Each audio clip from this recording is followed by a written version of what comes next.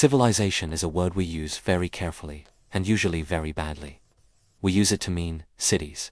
We use it to mean writing. We use it to mean the kind of complexity that leaves behind ruins grand enough for tourists to photograph. By that definition, Australia had no civilization before 1788.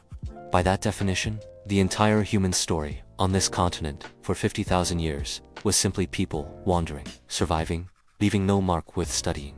That definition is wrong, and the evidence that it is wrong has been accumulating for decades in laboratories and field sites and sediment cores across this continent, building into a picture so different from the standard account that acknowledging it properly requires a complete revision of what the word civilization actually means. Because what existed here, before the disasters we are about to describe dismantled it repeatedly, was not primitive. It was not simple. It was a continental-scale network of societies with sophisticated land management, astronomical knowledge precise enough to track celestial cycles across centuries, trade systems moving goods thousands of kilometers across established routes, aquaculture engineering that fed permanent settlements, and a legal and ceremonial framework sophisticated enough to regulate the behavior of hundreds of distinct language groups across a landmass the size of Europe. And it was hit, again and again, by catastrophes so total that each one forced a rebuilding from very nearly nothing. What survived each time was not the infrastructure. Infrastructure burns, floods, dries up, blows away. What survived was the knowledge, encoded in song, in ceremony, in the obligation to remember that each generation inherited from the last. This is a story of the disasters, but it is also the story of what they could not destroy. Number 10. The Lasham geomagnetic excursion and the collapse of the sky. Approximately 41,000 years ago, the Earth's magnetic field did something it had not done for hundreds of thousands of years before, and has not done since. It nearly reversed. The event, known as the Lasham excursion, was not a complete magnetic pole reversal, but a dramatic weakening and reorientation of the geomagnetic field that reduced its protective strength to approximately 5% of its current value for a period estimated at roughly 1,000 years. The research establishing the timing and magnitude of this event comes from multiple independent lines of evidence, including paleomagnetic analysis of volcanic rocks, published by researchers at the French National Center for Scientific Research, and cosmogenic isotope records from ice cores, analyzed by teams at institutions, including the Alfred Wegener Institute in Germany. The consequences for life on Earth's surface during the Lasham excursion were significant. With the magnetic field reduced to near collapse, the upper atmosphere received dramatically increased bombardment from cosmic rays and solar particles, leading to enhanced auroral activity at latitudes far closer to the equator than normal, increased ultraviolet radiation reaching the surface, and disruption to atmospheric chemistry on a global scale. For the human populations in Australia at this time, communities that had been established on the continent for approximately 9,000 years by this point, the consequences included changes to climate patterns driven by the atmospheric disruption, INCR, EASCD, radiation exposure affecting agricultural food sources and potentially human health directly, and the loss of the magnetic navigation cues that some researchers have argued played a role in the long-distance movement and orientation of human populations across landscapes. A study published in Science in 2021, led by Alan Cooper, then at the South Australian Museum, and Chris Turney at the University of New South Wales, used a high-resolution record of the Lasham event derived from a kauri tree found preserved in a New Zealand bog to establish a precise timeline of the geomagnetic collapse and its correlations with climate disruption and megafauna extinction across the southern hemisphere. The timing overlaps disturbingly closely with the disappearance of multiple large animal species from the Australian record, and with evidence of population stress in human communities at sites across the continent. A civilization that had spent 9,000 years developing a relationship with a particular sky, using the stars and the magnetic north for navigation and ceremony, suddenly found itself under a sky that behaved differently. The auroras that may have appeared at Australian latitudes during the Lasham event would have been unprecedented. They may have been terrifying. And the world that emerged from the far side of that 1,000-year disruption was, in measurable ways, impoverished compared to the one that had entered it. Number 9. The Carpentaria Mega Lake collapse and the death of a civilization's heartland. In the area now occupied by the Gulf of Carpentaria in northern Australia, between the Northern Territory and Queensland, there was once a vast freshwater lake. Lake Carpentaria, as researchers call it, existed during the last glacial maximum when sea levels were low enough to enclose the shallow basin that is now the Gulf, cutting it off from the ocean and allowing it to fill with fresh water from the rivers, draining into it. At its maximum extent, Lake Carpentaria covered an area of approximately 570,000 square kilometers, making it one of the largest freshwater bodies in the world during that period. Research published by researchers including Michael Onthwin at the University of Hawaii and detailed sedimentological work by John Chivas at the University of Wollongong established the basic history of this lake system. And what that history shows is a freshwater body of enormous biological productivity that existed for many thousands of years before the rising post-glacial seas eventually breached the land barrier separating it from the ocean. The transition from freshwater lake to marine gulf was not instantaneous, but it was, in geological terms, rapid. The sediment record shows the progressive replacement of freshwater species by marine ones, the collapse of the riverine and lacustrine ecosystems that had supported both the lake's biodiversity and the human communities around its shores, and the inundation of what had been some of the most productive land in northern Australia. For the populations who had lived around Lake Carpentaria, this was the loss of a heartland. The lake would have been a focal point for trade, for ceremony, for the exchange of genetic and cultural material between communities from across the region. Its disappearance beneath saltwater did not just remove a food source. It removed the geographic and social infrastructure around which an entire regional civilization had organized itself for thousands of years. The communities that had gathered at its shores dispersed. The networks that had been maintained by the shared resource of its waters fragmented, and the knowledge of what had been there, the memory of a great lake, where there is now only a shallow, saline gulf, was carried forward in oral traditions that some researchers have identified in the narratives of communities from northern Australia, stories of a vast freshwater country to the north that was swallowed by the sea. Number 8. The Younger Dryas cold shock and the thousand-year winter. If the post-glacial world had proceeded smoothly, the warming that began approximately 18,000 years ago would have continued steadily until it reached the relatively stable climate that characterizes the Holocene. It did not proceed smoothly. Approximately 12,900 years ago, the global climate system experienced a rapid, dramatic reversal that plunged much of the world back into near-glacial conditions, almost overnight, in geological terms. This event, known as the Younger Dryas, lasted approximately 1,200 years before ending almost as abruptly as it had begun, with temperatures recovering within decades. The trigger for the Younger Dryas is still debated among researchers, with hypotheses ranging from the catastrophic drainage of glacial meltwater lakes in North America, disrupting ocean circulation patterns, to, more controversially, an extraterrestrial impact event, a hypothesis advanced by a research consortium including James Kennett at the University of California, Santa Barbara, and examined in multiple peer-reviewed papers. The Australian record of the Younger Dryas is less dramatic than the Northern Hemisphere record, but it is not absent pollen records from sites including Lynch's Crater in Queensland, analysed by researchers including Peter Kershaw at Monash University, show a clear signal of vegetation change and increased fire activity during this period, consistent with significant climate disruption. For the communities of what is now coastal and near-coastal Eastern Australia, the Younger Dryas would have meant a reversal of the warming that had been making their environment more productive, a return of cold, dry conditions, changes to rainfall patterns, and disruption to the seasonal cycles that their food systems depended on. Communities that had begun adapting to a post-glacial world were forced back into strategies calibrated for colder, drier conditions, and then, 1,000 years later, had to adapt again as the warming resumed.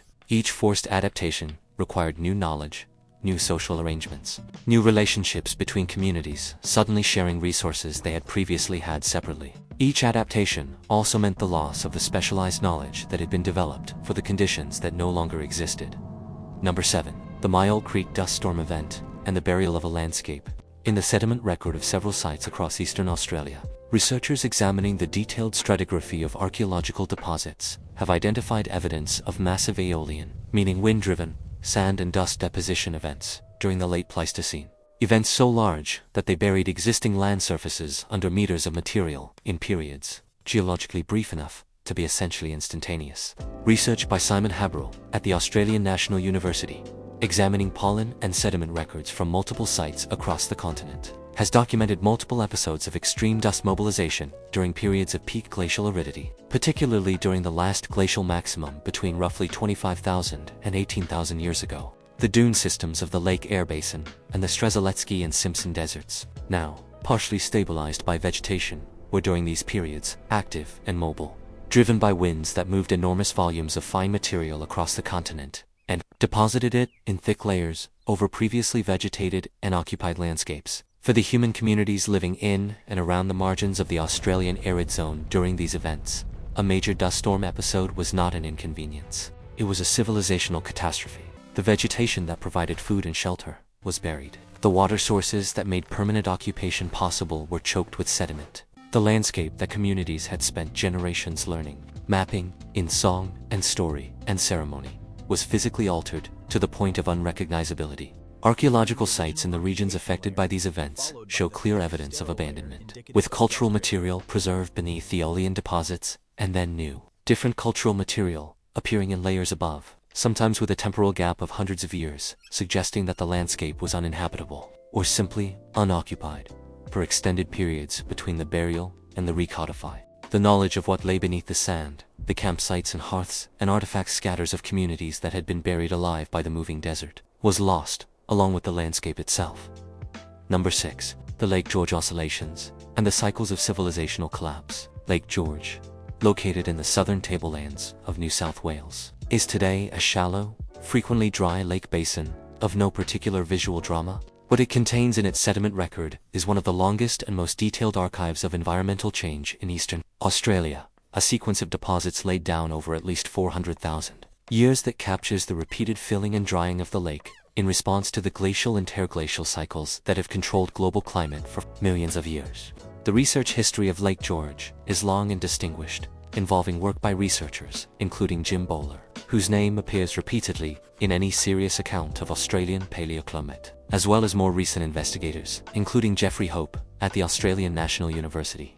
What the Lake George record shows is a pattern of alternating wet and dry periods, some lasting tens of thousands of years, that repeatedly transformed the productivity and habitability of the surrounding landscape. For the human communities that occupied the Lake George catchment across many thousands of years of prehistory, these oscillations were not abstract climate statistics. They were the rhythm against which their entire social and ecological existence was calibrated. During wet phases, the lake filled, fish and waterbirds returned, plant productivity increased, and the population supported by the landscape could grow. During dry phases, the lake shrank or disappeared, food resources contracted, and communities were forced to reduce their numbers through movement, social reorganization, or the harder mechanisms of famine and conflict. The archaeological record around Lake George, examined through systematic survey work by researchers associated with the Australian National University, shows patterns of occupation and abandonment that track these environmental oscillations with a correspondence too consistent to be accidental. Communities built their knowledge, their social networks, their ceremonial life around a particular configuration of the landscape. When the lake dried and the landscape changed, that knowledge had to be rebuilt from a different foundation, again and again and again, across hundreds of thousands of years. Number 5. The reef bleaching prehistory and the collapse of coastal civilizations. The Great Barrier Reef, as it currently exists, is a relatively young structure. The modern reef, built on the foundations of older reef systems, began forming in its current configuration approximately 8,000 years ago, as sea levels stabilized following the post-glacial rise. But the reef systems that preceded it, the drowned reefs, now lying below the modern structure on the continental shelf, have a history that extends much further back, and that has been marked by multiple episodes of catastrophic bleaching and collapse, driven by the same forces that threaten the modern reef today. Primarily, elevated sea surface temperatures and ocean chemistry changes.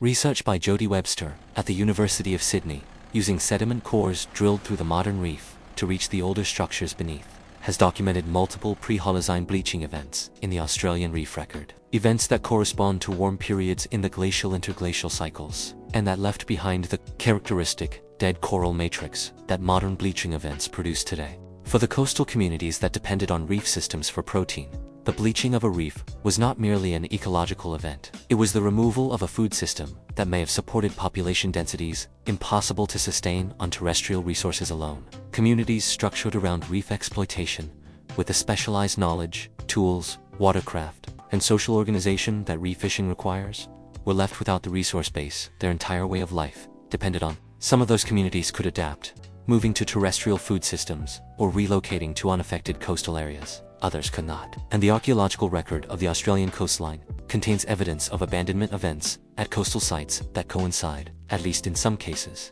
with periods of known reef system stress. Number 4. The tectonic uplift of the Eastern Highlands and the long reshaping. The Great Dividing Range, the chain of mountains and highlands running along the eastern margin of Australia, did not always look the way it looks today. The Eastern Highlands had been tectonically active on and off throughout the period of human occupation, with episodes of uplift and volcanic activity that have changed river drainage patterns, altered rainfall distribution across the continent, and in some cases dramatically transformed the productivity of landscapes that human communities depended on. Research by geomorphologists, including Mike Sandiford at the University of Melbourne, has documented episodes of tectonic uplift in the Eastern Highlands. During the Quaternary, the period that encompasses all of human history in Australia, that were sufficient to reverse river drainage, create new mountain barriers to moisture-bearing winds, and transform previously productive river valleys into rain shadows. For communities living in the catchments affected by these changes, a reversal in river drainage was not a geological abstraction. It was the disappearance of the water that fed their food systems, replaced by aridity in landscapes that had been productive for generations. The oral traditions and land management knowledge developed over hundreds of years in a particular catchment became useless, or worse than useless, in a landscape reorganized by forces operating at a scale no human observation could encompass. These changes did not happen overnight. They happened over centuries and millennia. But human generations are short, and a change that takes 500 years to complete is, from the perspective of the communities living through it, an inexplicable and apparently permanent deterioration of their world. Number 3. The Wilson's Promontory, drowning and the loss of the southern lands. At the southeastern tip of the Australian mainland, where the continent comes to a rocky point before the Bass Strait separates it from Tasmania, there is a landscape of granite headlands and sheltered bays that today attracts tourists for its coastal beauty. What most of those tourists do not know is that they are standing at the edge of a drowned world. During the last glacial maximum, Wilson's Promontory was not a peninsula, but the high ground at the center of a broad coastal plain extending far to the south and east, a plain that would have been among the most productive environments in southeastern Australia during that period, sheltered from the worst of the glacial winds, watered by rivers now flowing on the seabed, and positioned at the intersection of multiple ecological zones in a way that would have concentrated both food resources and the human communities that exploited them. Research by David Holdaway at the University of Auckland and various colleagues, examining the submerged landscape of the Bass Strait Shelf, has used bathymetric data, the mapping of underwater terrain, to reconstruct the geography of this lost plain. And what they describe is an environment of substantial size and likely high archaeological significance, now lying under approximately 60 to 90 meters of seawater.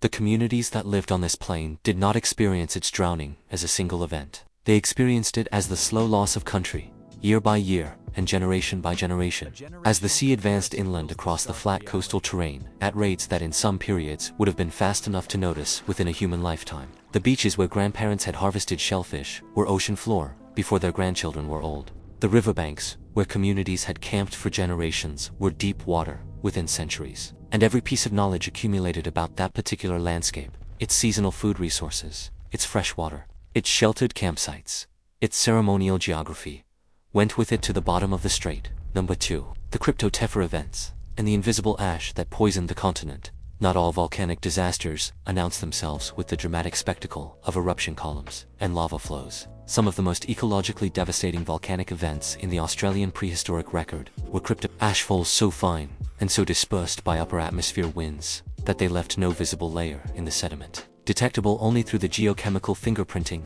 of microscopic glass shards preserved in peat, lake sediment, and ice cores. Research by researchers including Pete Levitt at the University of Regina in Canada and Australian colleagues working on sediment cores from sites across southeastern Australia has identified multiple Cryptotephra events in the Australian Quaternary record, some derived from eruptions in Indonesia and the Pacific, and some from volcanic sources within Australia itself, that deposited geochemically active material over areas of millions of square kilometers. The ecological consequences of major Cryptotephra events for terrestrial ecosystems include soil chemistry changes that reduce plant productivity, contamination of water sources, and fluorine poisoning of grazing animals from ingesting ash-contaminated vegetation, the same mechanism that has caused mass livestock deaths in Iceland following historic eruptions there. For human communities, the consequences included the sudden and inexplicable, from their perspective, collapse of food systems across vast areas, with no visible cause, no eruption column visible on the horizon, no ashfall thick enough to notice on the ground, just a progressive failure of the plants and animals that had always been there before, beginning weeks or months after an event that left no visible trace. This kind of invisible disaster is particularly devastating for communities whose knowledge systems are built on pattern recognition and precedent. Because nothing in the accumulated memory of the community has prepared them for a catastrophe that leaves no visible evidence of its cause. Number 1. The first contact epidemics, and the civilizational collapse that history recorded as wilderness.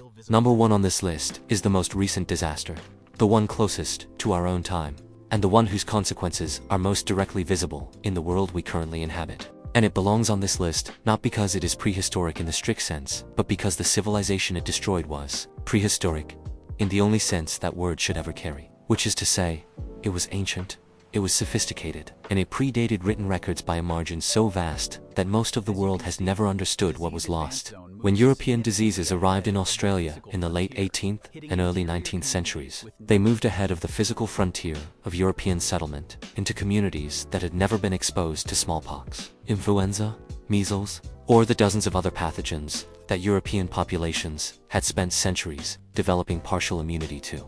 Research by historians and epidemiologists, including Judy Campbell, whose work was published in her book Invisible Invaders, and more recent analysis by researchers including Pushweb and colleagues examining skeletal and archival evidence, has established that the mortality from introduced disease in some Aboriginal Australian communities exceeded 50% within years of first indirect contact, and in some cases approached 90% within a generation.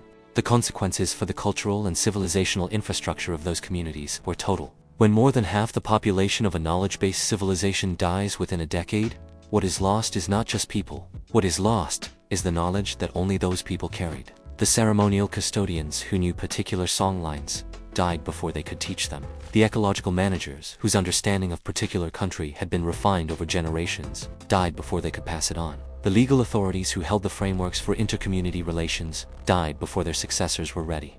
The civilization did not surrender. It was not defeated in any meaningful sense. It was hollowed out from within by a biological catastrophe so swift and so total that the communities that survived it spent the next generations trying to reconstruct, from fragments and from memory and from the imperfect transmission of what the dying had managed to pass on, something of what had existed before.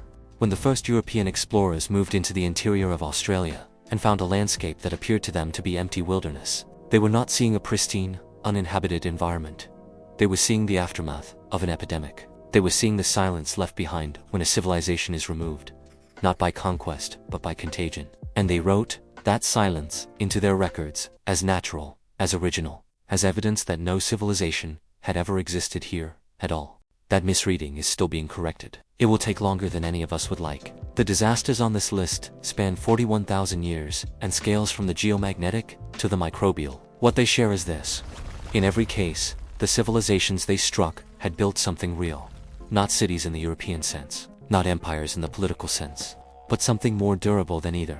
A relationship between people and country, built up over thousands of years of accumulated experience and transmitted through cultural systems of extraordinary sophistication that could absorb catastrophic losses and still, somehow, reconstitute itself from the knowledge that survived, the fact that Aboriginal Australian culture is still here, still living, still transmitting, still insisting on the importance of remembering. After 50,000 years of disasters on a continental scale, is not a miracle. It is a testament to the most sophisticated resilience technology the human species has ever developed. We would do well to study it with the seriousness it deserves. If this content connects with something real in you, share it. These stories are not finished. The people whose ancestors lived them are still here to tell them,